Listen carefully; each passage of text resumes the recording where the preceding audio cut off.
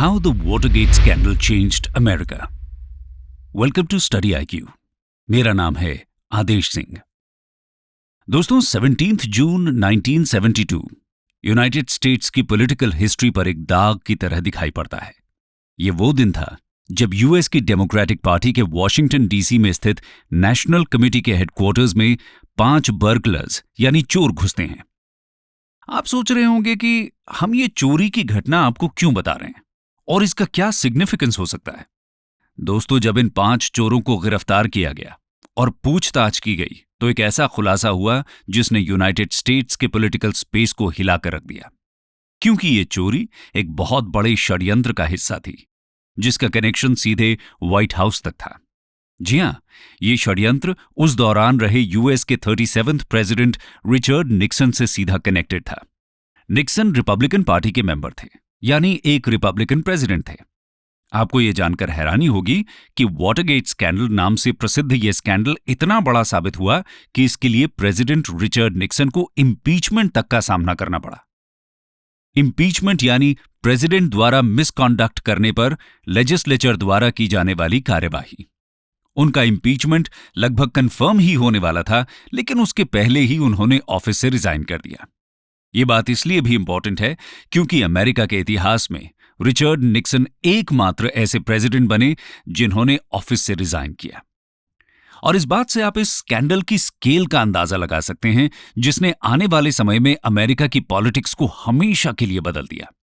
यही नहीं, ये स्कैंडल गवर्नमेंट करप्शन के पर्याय के रूप में देखा जाने लगा। पर यह स्कैंडल आखिर था क्या जिसके लिए यूएस के प्रेसिडेंट को रिजाइन करना पड़ा? आज की इस कहानी में हम आपको वाटरगेट स्कैंडल के बारे में बताएंगे और अंत में हम देखेंगे कि इस स्कैंडल ने अमेरिका को किस तरह से ट्रांसफॉर्म किया। चलिए शुरू करते हैं और सबसे पहले यह देखते हैं कि आखिर ये एक स्कैंडल कैसे बना। The scandal. दोस्तों, कहानी शुरू होती है 1972 में यूएस की डेमोक्रेटिक पार्टी के वाटरगेट बिल्डिंग कॉम्प्लेक्स से, जहां पार्टी का ऑफिस था। इसी साल के अंत में प्रेसिडेंशियल इलेक्शंस होने वाले थे, जिसके लिए दोनों पार्टीज यानी डेमोक्रेटिक पार्टी और रिपब्लिकन पार्टी इलेक्शंस की तैयारी कर रही थी। इस दौरान यूएस के 37वें प्रेसिडेंट रिचर्ड निक्सन, जो कि रिपब्लिकन पार्टी से बिलोंग करते थे, उनके री इलेक्शन के लिए एक कमेटी बनाई गई जिसको committee to re elect the president नाम दिया गया। 17 जून 1972 को डेमोक्रेटिक पार्टी के वाटरगेट ऑफिस में 5 बर्गलर्स यानी चोर डॉक्यूमेंट्स चोरी करने और ऑफिस में टेप रिकॉर्डर्स लगाने के लिए एंटर करते हैं, पर ऐसा करते हुए उन्हें अरेस्ट कर लिया जाता है। इन 5 लोगों में एक आदमी था जेम्स मैककॉर्ड, जो कि प्रेसिडेंट की री इलेक्शन कमेटी का सिक्योरिटी चीफ था। इससे पुलिस ऑफिशियल्स को शक होने लगता है। द वॉशिंगटन पोस्ट ने रिपोर्ट किया कि इन सस्पेक्ट्स के पास से कई सारे आइटम्स जैसे लॉक खोलने के औजार, $100 के बिल्स और एक शॉर्ट वेव रिसीवर बरामद हुए। व्हाइट हाउस ने खुद को इन बर्गलर्स से दूर ही रखा और निक्सन शुरुआत में इस जाल में नहीं फंसे। निक्सन प्रेसिडेंट के लिए री इलेक्ट भी कर लिए जाते हैं, जहां उनके ओपोनेंट थे जॉर्ज मैकगवर्न। लेकिन उनकी प्रेसिडेंटशिप के दौरान के कुछ महीनों बाद जर्नलिस्ट्स और कांग्रेस के इन्वेस्टिगेशन से एक एक करके स्कैंडल की डिटेल्स निकलना शुरू होती हैं, जहां यह पाया जाता है कि इस स्कैंडल में व्हाइट हाउस का भी इन्वॉल्वमेंट था। वॉशिंगटन पोस्ट के रिपोर्टर्स बर्नस्टाइन और वुडवर्ड इस स्टोरी पर एक्टिव रिपोर्ट करना शुरू कर देते हैं।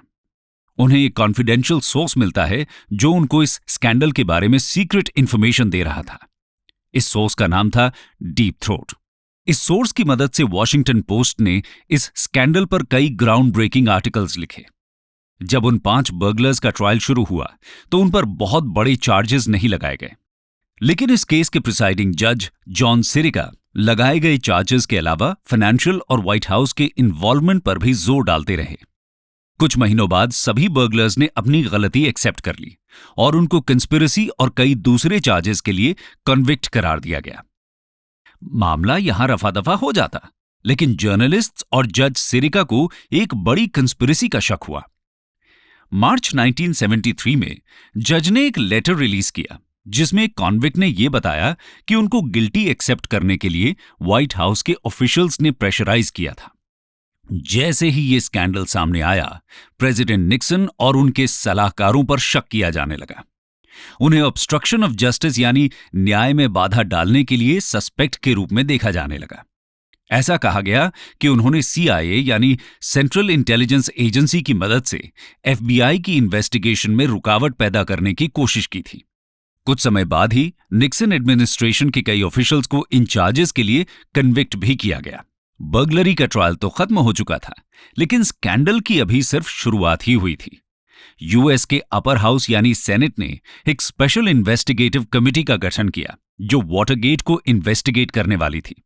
जुलाई 1973 में एक व्हाइट हाउस ऑफिशियल ने बताया कि प्रेसिडेंट ने अपनी ऑफिस की सभी बातचीत को टेप कर रखा था। इन टेप्स को रिलीज करने के लिए लंबी लड़ाई चली, जहां प्रेसिडेंट निक्सन टेप्स को रिलीज नहीं होने देना चाहते थे। दोस्तों, इस स्कैंडल ने एक बड़ा मोड़ तब लिया जब निक्सन ने वाटरगेट के स्पेशल प्रोसिक्यूटर आर्चिबाल्ड कॉक्स को फायर करने का ऑर्डर दिया। इस इंसिडेंट को सैटरडे नाइट मैसेकर का नाम दिया गया। उनको फायर करने के बाद निक्सन के इम्पीचमेंट के लिए आवाजें तेज होने लगी, यानी अमेरिका अब एक कॉन्स्टिट्यूशनल क्राइसिस में जा चुका था। खैर, कुछ समय बाद व्हाइट हाउस ने कुछ टेप रिकॉर्डिंग्स को रिलीज करने के लिए हामी भर दी। इनमें से एक टेप में एक जगह 18 मिनट्स का गैप था, जो कि एक मिस्ट्री की तरफ इशारा कर रहा था। अप्रैल 1974 में व्हाइट हाउस ने उन टेप्स की 1200 पेजेस की एक ट्रांसक्रिप्ट को रिलीज किया, लेकिन उन टेप्स को एग्जीक्यूटिव प्रिविलेजेस का हवाला देकर रिलीज करने से इनकार कर दिया। और जुलाई 1974 में यूएस सुप्रीम कोर्ट ने व्हाइट हाउस को टेप रिकॉर्डिंग्स रिलीज करने के ऑर्डर्स दे दिए, जिसके बाद प्रेसिडेंट निक्सन को टेप्स रिलीज करने पड़े।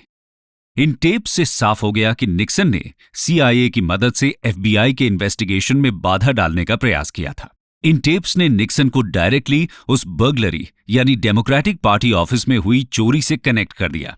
होना क्या था, जल्द ही कांग्रेस यानी सेंट्रल लेजिस्लेचर में निक्सन का सपोर्ट खत्म हो गया। हाउस की जुडिशरी कमेटी ने उनके खिलाफ 3 इम्पीचमेंट आर्टिकल्स को अप्रूव भी कर दिया, यानी उनका इम्पीचमेंट ऑलमोस्ट कंफर्म हो चुका था। ऐसा हो पाता उसके पहले ही प्रेसिडेंट निक्सन ने एक हिस्टोरिक मूव में 9 अगस्त 1974 को प्रेसिडेंट के ऑफिस से रिजाइन कर दिया और वाइस प्रेसिडेंट जेरल्ड फोर्ड ने तुरंत ही प्रेसिडेंट का पद संभाला। दोस्तों, इस तरह यूनाइटेड स्टेट्स की पॉलिटिकल हिस्ट्री के एक बड़े चैप्टर का अंत हुआ।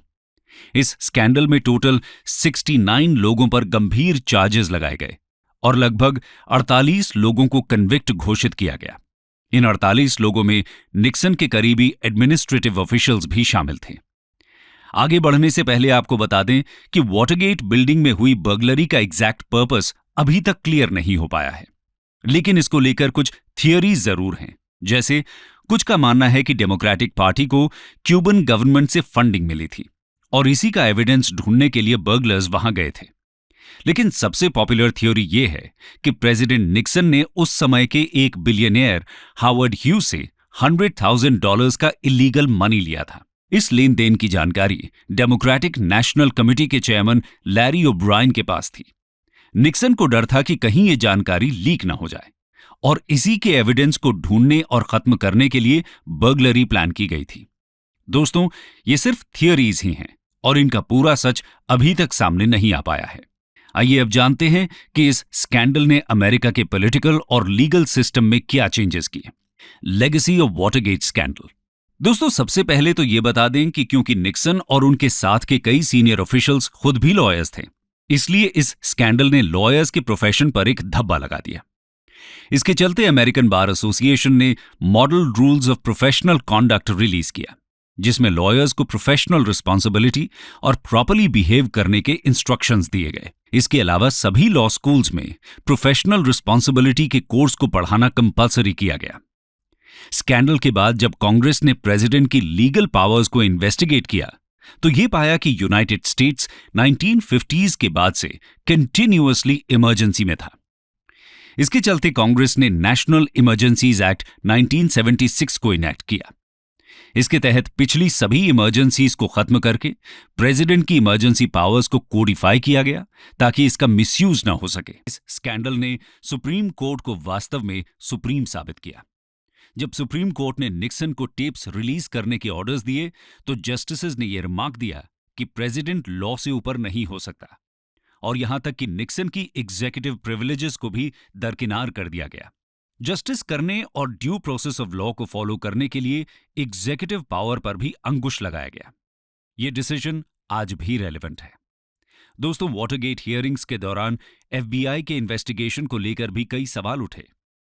न्यूयॉर्क टाइम्स ने रिपोर्ट किया कि इस स्कैंडल के चलते अमेरिकन सिटीजन्स को भी स्पाई किया जा रहा था। इसकी छानबीन के लिए एक चर्च कमेटी बनाई गई। इस कमेटी के इन्वेस्टिगेशंस के चलते 1978 में फॉरेन इंटेलिजेंस सर्वेलेंस एक्ट पास किया गया। इसके तहत एक स्पेशल कोर्ट का गठन किया गया, जिसे किसी भी तरह के सर्वेलेंस ऑपरेशंस को ऑथराइज करने का काम दिया गया। दोस्तों, इस स्कैंडल ने आज के मीडिया कल्चर पर भी प्रभाव डाला। इस स्कैंडल के बाद मीडिया में सेलिब्रिटी जर्नलिस्ट्स का एरा शुरू हुआ। वॉशिंगटन पोस्ट और न्यूयॉर्क टाइम्स के जर्नलिस्ट्स बॉब वुडवर्ड और कार्ल बर्नस्टाइन ने शानदार इन्वेस्टिगेटिव जर्नलिज्म का प्रदर्शन किया, जिसने इस स्कैंडल को लोगों तक पहुंचाया और उन्हें रातों रात एक सेलिब्रिटी बना दिया। यानी जर्नलिस्ट्स में एक तरह का पॉप कल्चर देखने को मिला, जहां एक जर्नलिस्ट ऑलमोस्ट एक सेलिब्रिटी की तरह दिखाई देने लगा। आज ये कल्चर आप इंडियन मीडिया में भी देख सकते हैं, जहां हर न्यूज मीडिया का एक फेमस चेहरा होता है। दोस्तों, ये वो पॉलिटिकल और कल्चरल चेंजेस थे जो हमें अमेरिका में इस स्कैंडल के बाद दिखाई दिए। और इस तरह दोस्तों, इस कहानी का अंत होता है, जहां हमने वाटरगेट स्कैंडल के बारे में जाना। हमने देखा कि किस तरह एक छोटा सा बर्गलरी का अटेम्प्ट इतना बड़ा स्कैंडल साबित हुआ कि वहां के प्रेसिडेंट को रिजाइन करना पड़ा। यह स्कैंडल इतना फेमस हुआ कि इसके बाद होने वाले सभी पॉलिटिकल स्कैंडल्स के लिए सफिक्स गेट का इस्तेमाल किया जाने लगा। फॉर एग्जाम्पल, इंडिया में कोल एलोकेशन को लेकर हुए स्कैम को कोल गेट का नाम दिया गया।